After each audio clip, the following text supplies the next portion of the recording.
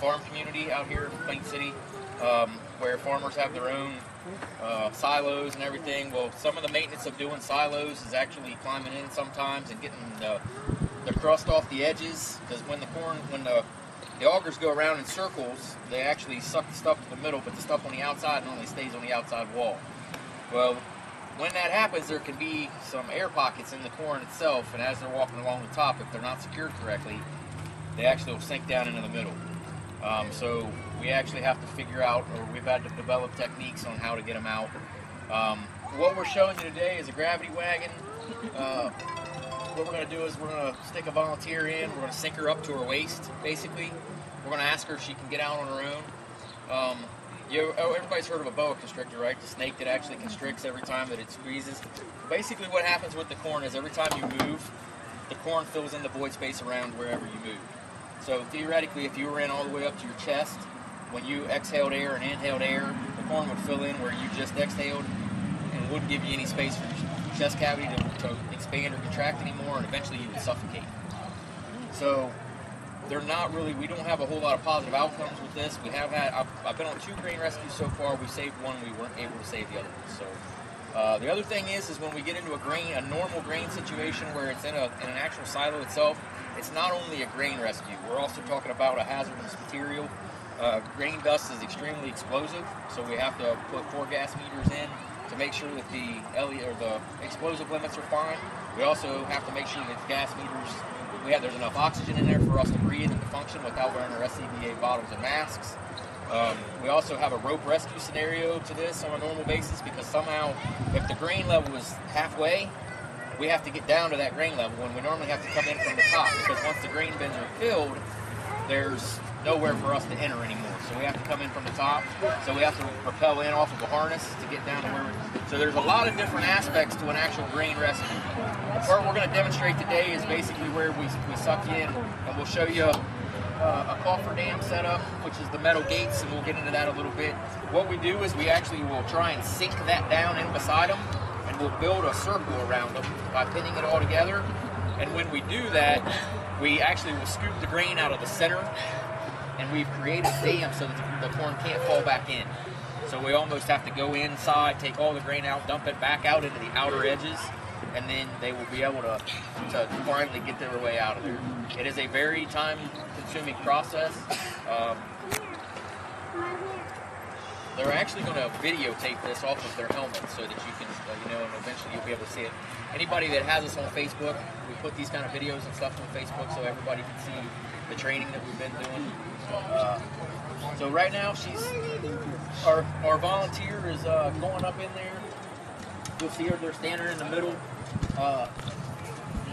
She's even having a hard time walking solely because the way the grain is, it actually moves around, and it'll let you sink to a certain area anyway. Now, how long does it take to get somebody out? It really all depends on how. It's going to be a lengthy process. For this, it'll take 10 minutes, but on a real grain emergency, the first thing we have to do is, if we have to find them. If we find them in there and they're talking unconscious, then we do air quality monitoring, set up a rigging system, try and figure out some way to get down to them. And then when we get down to them, we can start putting the dam together, which is a 5-piece shell. You'll see it here in just a minute. Does it also go by the weight of the person? So hopefully we can hook them to a harness, and then we can use a rope system to pull them up. Normally weight's not a huge factor. All right, so they basically are letting some of the corn out now from the center of the wagon. You can see the corn lowering down, and eventually you'll see her start sinking.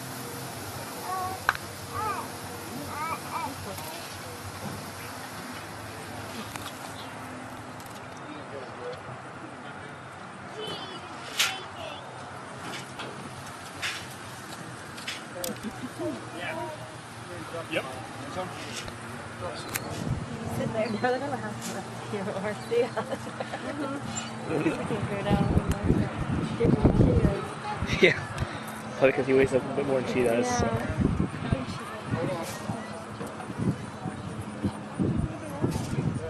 Yeah, she's not really sinking at all.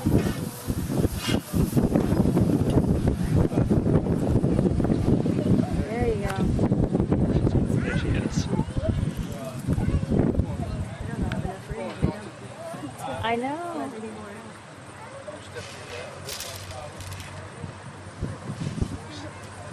down to our knees, but not to our waist yet. They'll have corn burning next year. Yeah, they love it. Did they just do this technique as of the past year they developed this, or did they just develop this within the past year or so? This kind of rescue, no? They just never shown it. Oh, okay. Hey, let me get a shovel.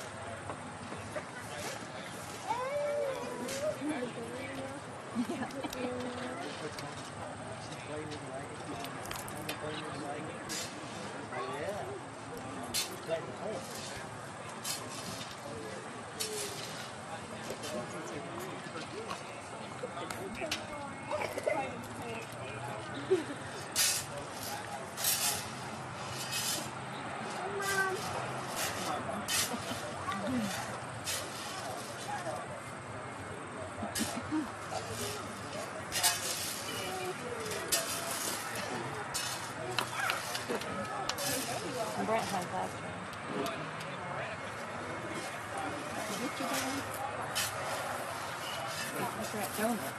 Ladybug. All right, how are you? Pretty good.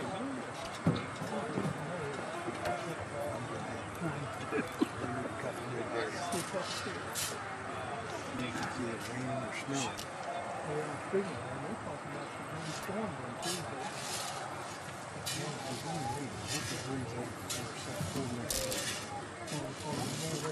Nah, we've got a camper we just stayed at.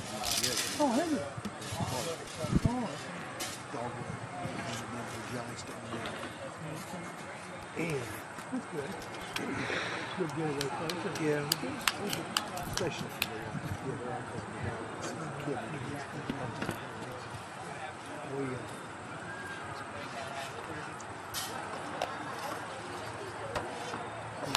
closing up next week.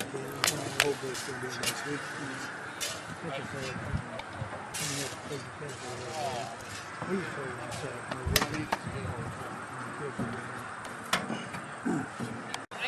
If I move them just a tad, the cord pushes them together.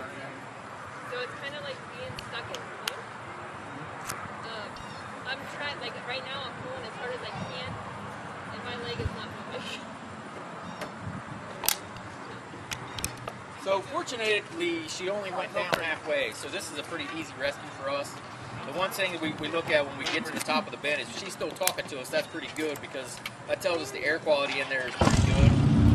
We're still going to do air quality monitoring, but if it's viable for her and she's still awake, alert, and oriented and talking, we're probably in pretty good shape. So next we would set up a rope system up, get a couple people down around her, and then we would start this process right here with the cofferdam stuff. Crazy enough, we have a couple little tricks we use. You notice we're using normal milk crates. So what we end up doing is sinking them down in, and we can stand on those, and they actually make a better platform so we don't start moving around. The other thing is you'll see us using ordinary coffee cans. Instead of buying some really expensive scoops, we've just determined that, hey, coffee cans work pretty good. So you'll see us using regular coffee cans for this. So what they'll do is you see the ridges on the inside of what you're looking at right now is the inside of the dam. We put them ridges in there as basically a ladder.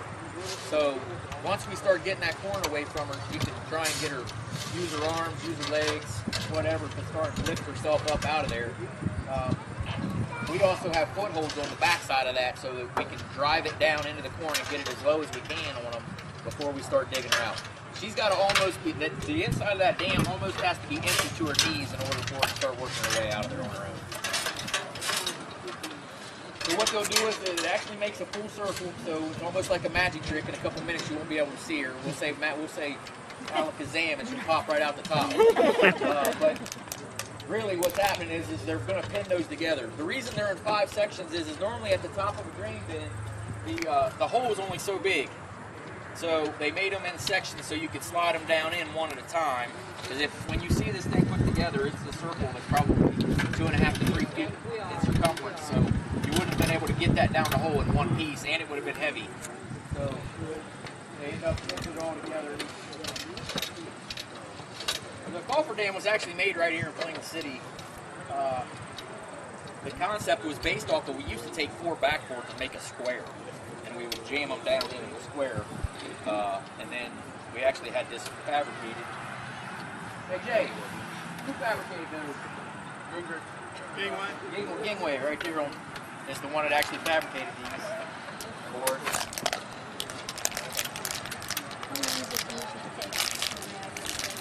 Okay, so it all depends on. So this one right here is a not very complex system. What we were talking about before was if this is an actual silo, we have a hazmat situation because the green dust is explosive. We also have air quality issues. We have to make sure that the air quality doesn't send anybody down in. Depending on a lot of times we've had two. One of them is married. If we have to assume the air quality is good or unconscious, we have to assume the air quality is not good enough for us to breathe. Meaning we got to put SCBA stuff on and go down. We just want to test all that prior to us going down in here. And then we have to set up both opposite silos. There's always bottom silos when they're Yeah, if it's since it was completely full, it's okay, you can walk around in it. But what happens is if it's been sitting in the silo for a long time, it clumps together with moisture. So when you release the bottom and pull it out, there's a hole underneath. So when you step in there, that's when everything breaks off the sides and you sink down there. That's what we're trying to create with that. But you're right now, she can't lift herself up out of there.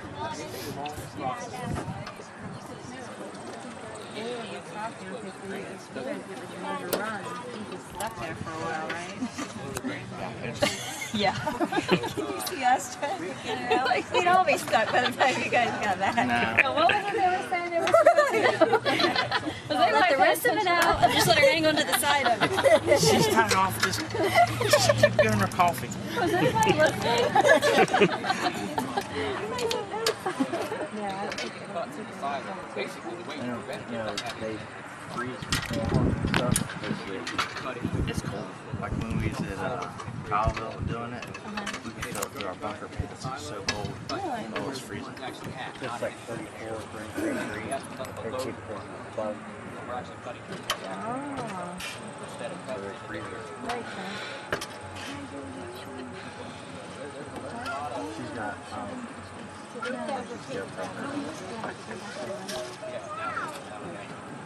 So what they're doing is there's actually a fifth piece to this, and it would definitely make it so that you couldn't see her at all because they're all the same height.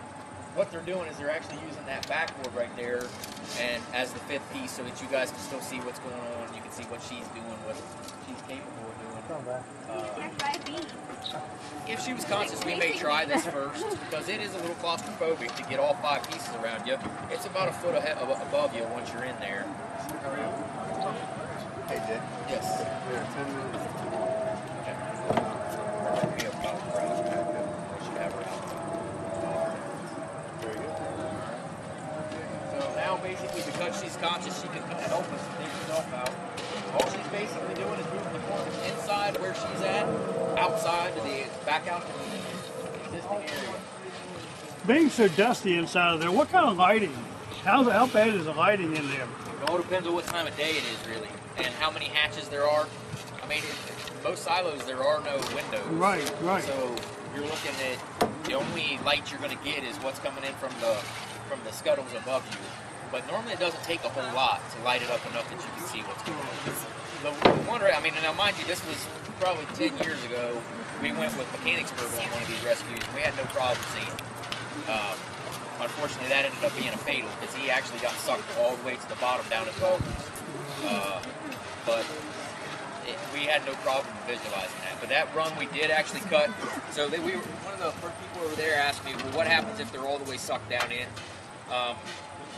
The only reason we knew he was down there, the family thought that he went into the grain thing, and when we actually got there, they couldn't find him, and he was all the way down at the bottom. But the only reason they knew that is because there was a rope. You guys have seen now, she's been digging a bunch out. She still can't get her legs free. So it takes a lot of digging here. As she's moving, start to get her legs free. So So basically what ended up happening is there was a rope hanging that he normally tied himself up to, and it was sheared in half. So they assumed that he was in there. So when we got there, we did air quality monitoring. We got some guys down in there to see if we could find him surface-wise. And then we ended up cutting. What we do is we take cut-off saws. And I told you that the grain dust is extremely explosive. Right. So what we have to do is we make sure we find where the level of the cup of the corn is, and we cut into the corn. You do not want to cut in the open air above the corn, because that's where you're going to create a spark and you're going to create explosion. So if we have to make a cut, it has to be in below the corn level, so that the dust is actually kind of contained in the corn. When we're doing this in a real scenario, basically they're making an N95 mask, but you have to.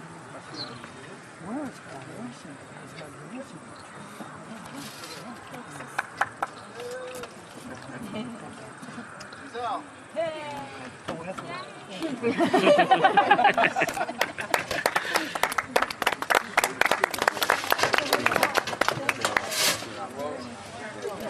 We're probably going to do this once a month. To our open house this year. This year's theme is smoke detectors save lives.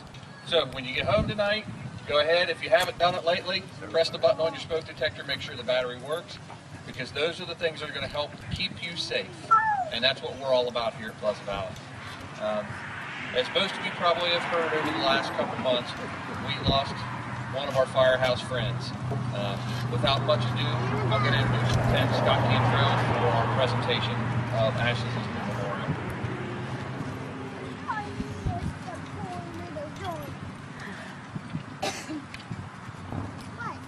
as I began to write things down, I was amazed at how quickly so many of the memories started to come back of Ashes when we were at the fire station. She joined the fire district in the fall of 2000 and was a member of our department for 14 years. She became very active within the department and community at an early age. We took her to the schools right away. She got became the face of the department very quickly. We held a contest for Ashes, and through that contest, she received the name Ashley, and short, and she became better known as Ashes.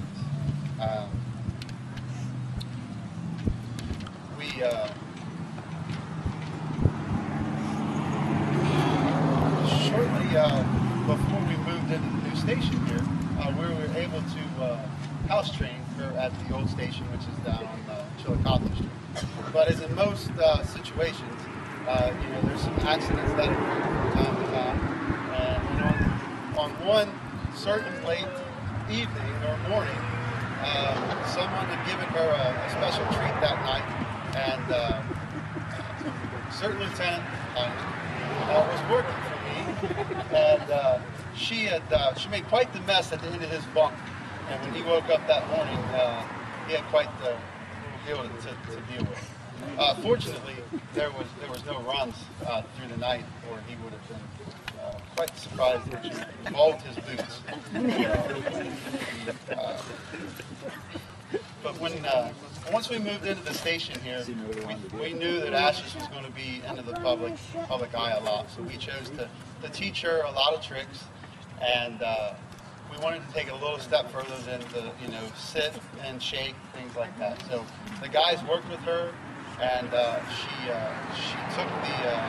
took that role on real well with doing stop, drop, and roll. And we showed that to the kids each year during Fire Prevention Week for many, many years.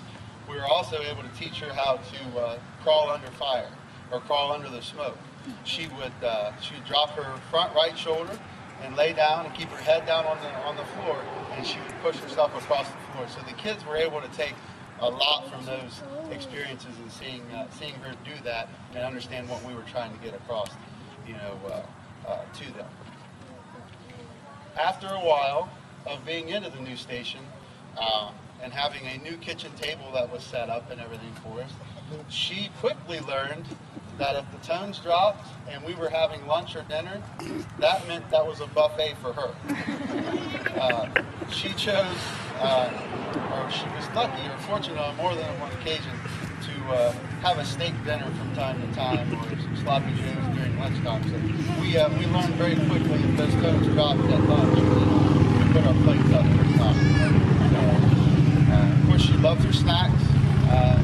Doing the tricks at school, if whoever had those tricks or treats in their pocket, she hung right beside them, because she knew once she did her little show for the kids, she was getting her treats. With the treats along at the firehouse, we came back from a run one afternoon, and here is Ashes walking around the kitchen in the day room with a full potato chip bag over top of her head. She had helped herself. She was not worried at all. She was continuing working on trying to clean that bag out as we took the bag off of her head and chased it around. So, she had a lot of good memories for us. Those are just a few of the memories that we have with her. But as much as the community loved her, or she loved her community twice as much. If she was here today, she would be running up to you, barking, letting you know that someone was here, and letting us know that someone was on station in case they needed help. But she took that role on very seriously.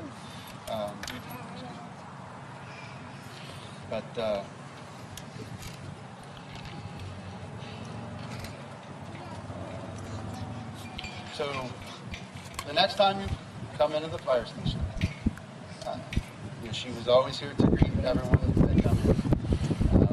She will be set up here on her monument, and the first thing that will greet you when you pull into the station here at the Pleasant Valley Joint Fire District will be Ashes, the fireman. Jason, the retired lieutenant lineman, who's unveiled the monument.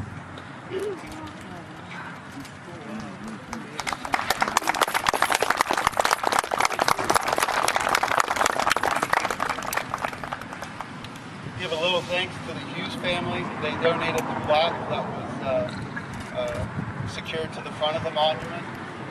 Many of the staff worked on the monument for her.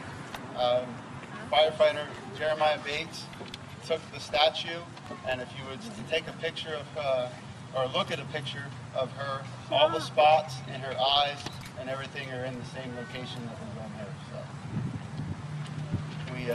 we appreciate you being here. The guys are here for you. So let's enjoy the afternoon and make sure you enjoy all the activities that are set up. Thank you.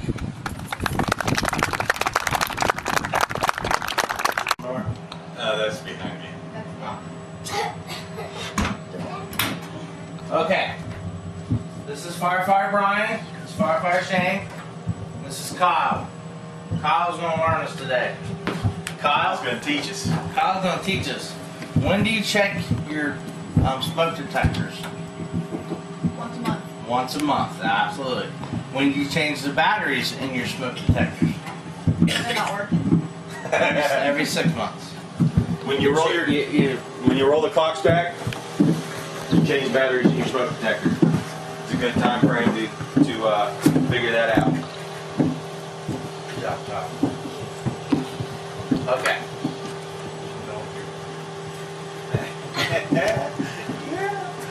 So, this is our smoke trainer. It will have a lot of smoke in it. It's going to be harmless. It's going to teach you what to do in case of a fire. Does anybody know what to do in case of a fire? Tap the roof. That's if your clothes are on fire, yes. I'm sure. If it's a fire, you get down low, feel the door. If it's hot, then go out. Which side? Which side of your hand? Yes, which side of your hand? Their back. Back of your hand. How high do you go? Like of the hand. How high on the door do you want to go? Do you want to feel just The down middle, below? the middle. Or do you, You want wanna to feel reach. as high as you can? You want to reach as high as you can. Because the higher you get, the better off better off you're going to be. If you can reach 3/4 of the way up the door and it's still cool that high, open the door slowly. If you can only reach halfway and it's still cool, open the door slowly. Because there could be. You reach down here, it's going to be cold. But you come right here, it's going to be really, really hot because the fire's coming out the door. You know, it's up in the ceiling coming down. So it'll be really hot, but right here it'll be cold. And if you feel the door and it's hot, you don't want to go out that way. You want to go to the window. Yeah, and you're 2 ways out, right? Okay. And you want to have a meeting that way. Yeah, Just the very good. mailbox. Yeah, You our stay meeting out. place today is our mailbox right outside by the fire trucks, okay? It's a black mailbox. That's our safe meeting place today, okay? So when you guys go home, talk to your mom and dads and ask them where would be a good place to meet at in case we have a fire, okay? And have a plan. Have a plan, yeah, practice it. Yes, practice it. You may not be able to get the smoke that you can in here, but you can be able to practice crawling on the ground, getting to a door, you feel it. If it's not hot, you can say, parents say it one way or another, if it's hot or not. If it's not, get out and go. Now what do you do when you get out and you get to your meeting place? Oh, wait. Make sure everybody's there. Yes. Get What out. happens if not everybody's there? Then you tell the firefighter. Yes. You don't go back into a house that's burning, do you? What if your dog runs back inside? What do you do? Just let the firefighter get it. Yeah, don't worry. They'll come back out probably, but you tell us and we'll go get them, okay? You don't go in after them, any toys, any, animals or anything. And if you're bigger kids, since you got little brothers and sisters, kind of go to them and help them because you know what to do. You need to help them out, okay? Good. And if you're sleeping, don't have your door wide open because you could have a fire in the middle of the night. So have your door shut Yes. so it'll keep the smoke and the fire out. Yes. Doors are great barriers to protect you. But still, you shouldn't stay in your room. Well, if there's a fire in the hallway, you want to stay in your room.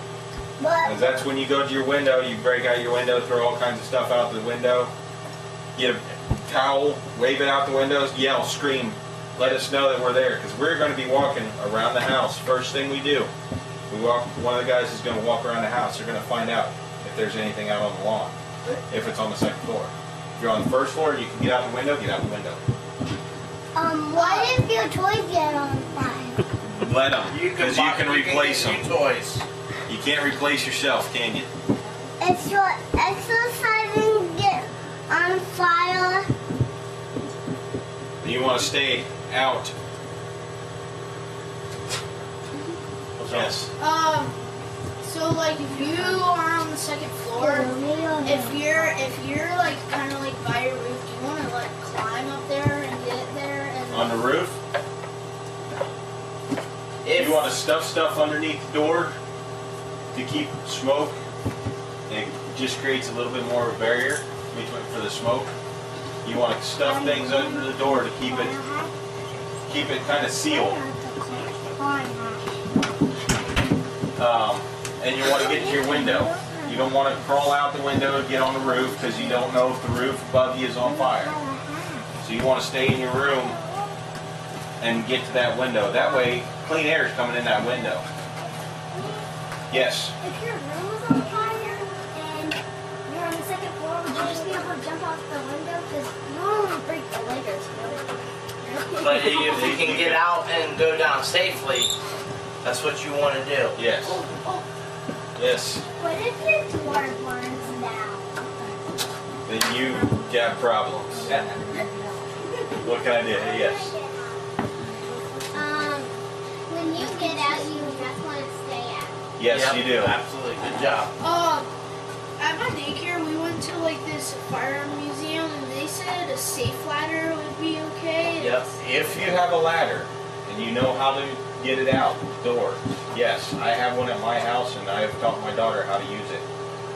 She's 6. She doesn't like to use it, doesn't pay attention very often, but if push comes to shove, she would be able to use one of those ladders.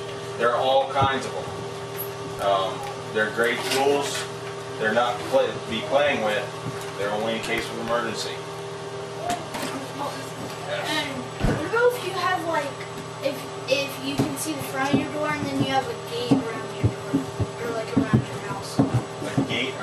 house? Like a fence? Yeah. Get outside the fence. Yeah, be outside the fence. Like, would you guys like go through the fence and look? Yes. Yeah, we'll have somebody come out off the fire truck and walk around the house to look and see where the fire is, see what's going on, if you got a basement or whatnot. So somebody's walking around while the other guys are getting ladders off the truck, getting the water hoses off, getting ready, set up, do all that. So if you're up in your room and someone's walking around, you want to wave out something? Yeah, so yeah, yell and say, hey, Yell, hey, help me, wave. help me, help me. Throw stuff at them. If you're stuck in your room and you can't get out because there's a fire right outside your room. Yes. Yeah. You can even throw stuff and try and hit them. Anything to get their attention to let them know that, hey, I'm up here. You yell, scream, and carry on. Two questions. What if you have a problem with a broken leg? Oh boy. Well, then You can still crawl. Yeah, you'll be able to crawl. It'll just hurt a little bit. What if you fall out of your window? What if you fall out? Yeah. Hope you land on something soft. You guys ready to smoke this up and see what it looks like? All right. Okay, just let you know the smoke will not hurt you. Keep on, Dylan. Smoke it up. Come on. Okay, so All right, see how the stand up. smoke stays up at the Stand top? up. We can't see nothing. I can't see you guys. Okay. All right, everybody down on the ground. Down on the ground. You ready? Okay, let's feel the door. Feel the door. Is it cool? It's cool. Okay. I'm gonna open it up. Let me go out first, okay? Open the door slowly. Hey, there's no fire. Oh, this thing's ours. Come out slowly. Go to our meeting place. Look at these one kid trying to come back on eyes. Yeah. Get down and crawl. You did it? Who's up there?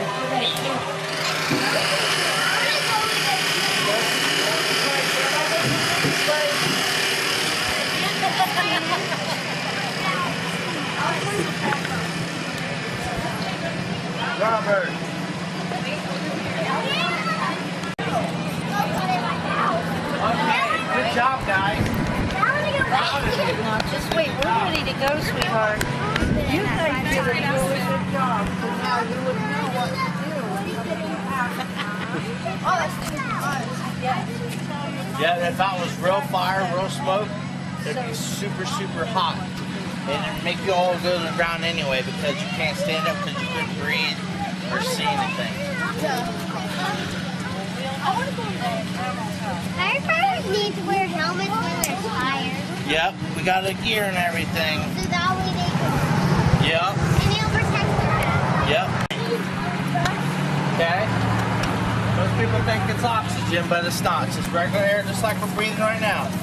How do you guys fill that up over there? We have a special machine out there that we, in the firehouse, we use to fill them up. So this probably weighs about 25, 30 pounds. This stuff. Okay, this is our friend Caleb. See how Caleb is? He's gonna get in our gear for us. Hi guys. So you hear me talking now, right? You hear me? I sound pretty normal, right? Look like a normal dude. A little bit, I'm gonna look a little bit different, but I'm still the same person, right? Nothing to be scared of. Don't need to hide from me or anything, right?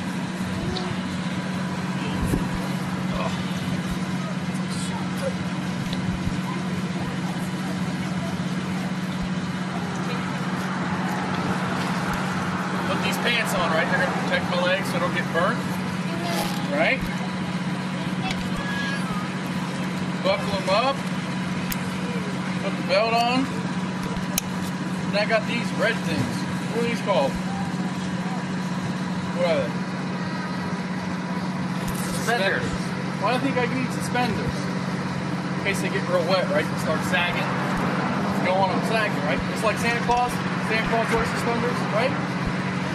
Alright, so the next thing I'm going to put on is my hood. The hood's going to protect my ears. Okay? And my head. Right. Good job. And then what? what do you think's next? What am I gonna put on next? My hat? My hat or my coat? Which one? Coat. Coat? Coat. Right. Why do you have gloves attached to your back? So I don't lose them. You don't lose your gloves, right? Be bad. You don't want to use that flashlight. Right, that's why it's right on my chest, right? Yeah. They keep the lights off. Right. And zip up my coat. Getting a little bigger, right? Look a little weird. All this stuff on, all reflected and weird, right? But I'm still the same person, right? Nothing to be scared of, right? So then what's next? What do you think I'm going to put on next? What? Right. So put this around my neck. How do you hook it up to your oxygen? Well, we'll show you in a second. Next thing's this. Oh, this big heavy airpack. Wrap around the shoulders. Wear it like a backpack. Pull down real tight, right? Cinch it down so it doesn't rock around all over the place. The only thing different than this and your backpack, I got a kind of strap that goes around my waist. Right? That's a seatbelt, right? Kind of looks like a seatbelt, huh? Same clip, right? Except it's on fire. Right.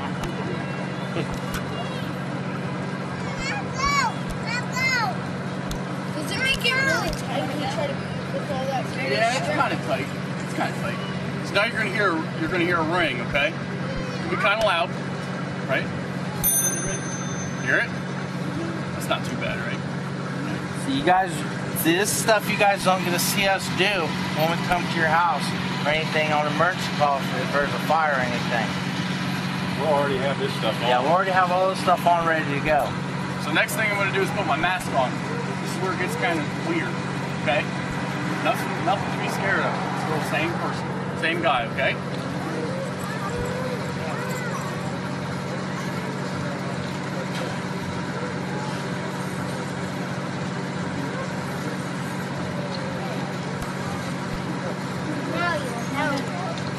Now what? Turn your amplifier on. Turn your amplifier. Now you got one call, lost your phone. Put my chin strap on, right? I don't want to lose my helmet. Yeah. Tighten that down. What's next? What am I missing? Your oxygen thing up. Look Yeah. out! I gotta get my gloves on first, right? Oh, where's my gloves? Oh, they're hanging right here.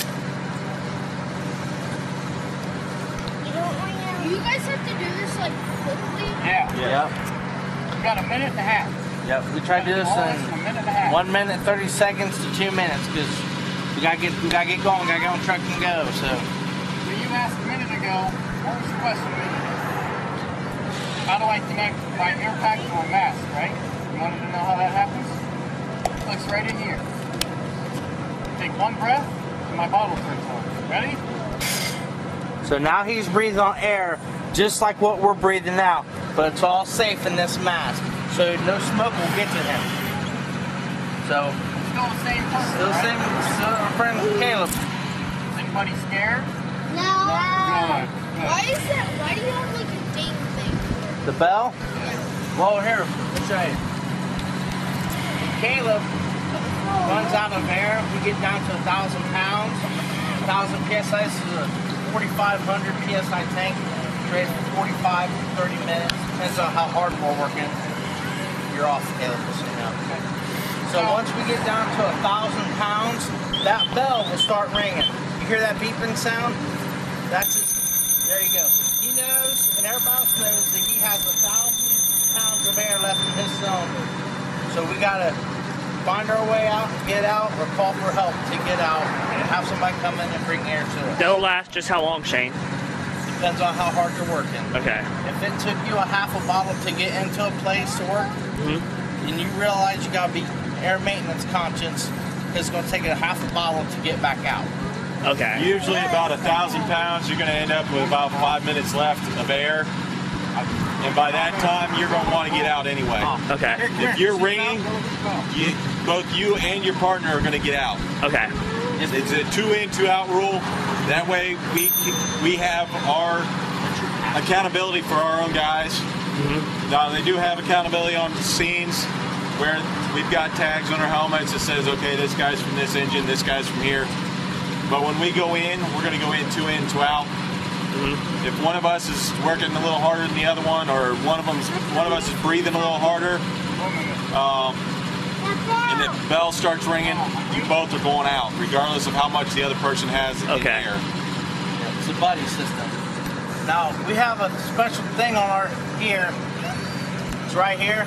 It's integrated in this. If Caleb stops moving for 30 seconds, they'll start going off. Then, you know, we'll start wiggling around to make it shut off if we're working or whatever. But if Caleb goes down and gets hurt or whatever, it'll start going off and get louder and louder and louder and louder. And everybody knows to go look for our friend Caleb. Okay? So I'm gonna sit still here for a second so you can hear this. There you go. Hear it? Up, you moved and turned off. So Alright. just hold still. I'm gonna sit real still and you'll start hearing it go off, okay? Now, if we don't want to wait, if we do get trapped and we can't get out, we don't want to wait for this thing to go off, there is a button on there that we can set it off immediately. Usually, most of the time when we're waiting, we're sitting in one place fighting a fire. We're not moving a whole lot. You'll start hearing this, and you'll see a lot of guys either tap their shoulder or do a wiggle. There's a motion sensor in these things that will stop that. And another way to stop that is there's a button on the side of it, and we can push. Now it's going off, I gotta push this yellow button on the side. Yellow button, it'll shut it off. It'll keep us from going. You got another about 30 seconds. But that is for down firemen.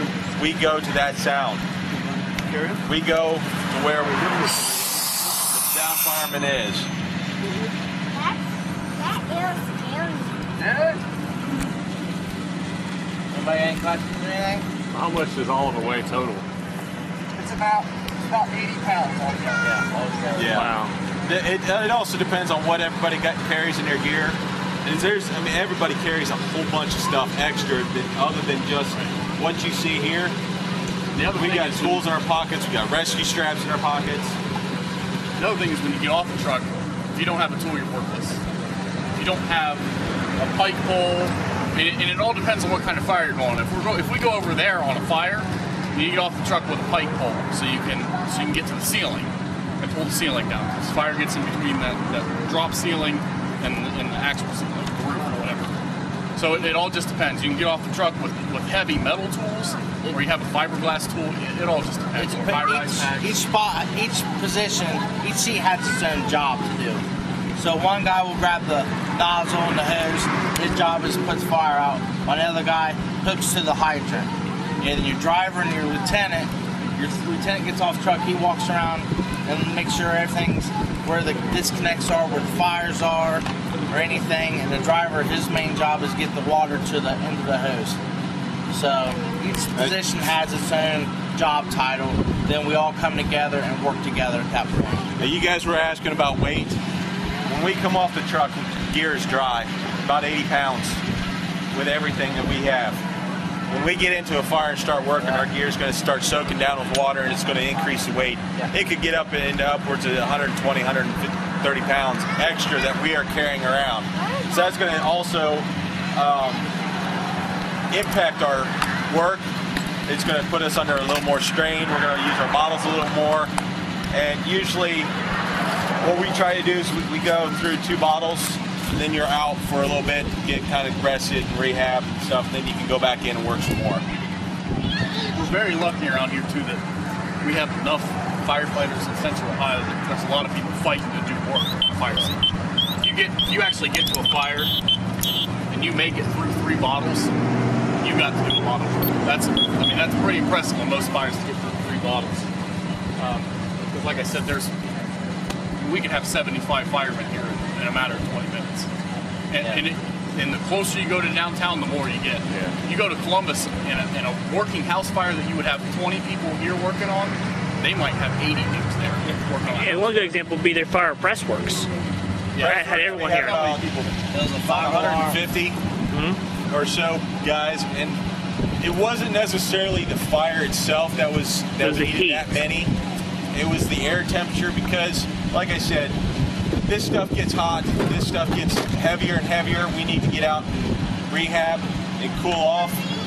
When the temperature is 95, the humidity's way high, it's hard for us to cool off, so we need more manpower to kind of help facilitate knocking that fire out. Right. You start sweating in this, then you feel like a turkey. You're going into an oven where it's really hot. He doesn't come in, but he doesn't go out either. So that's the hottest thing you have to deal with most of the time, unless you're in an extremely hot fire, is just your body temperature. You sweating inside of your ear. You're steaming yourself, literally.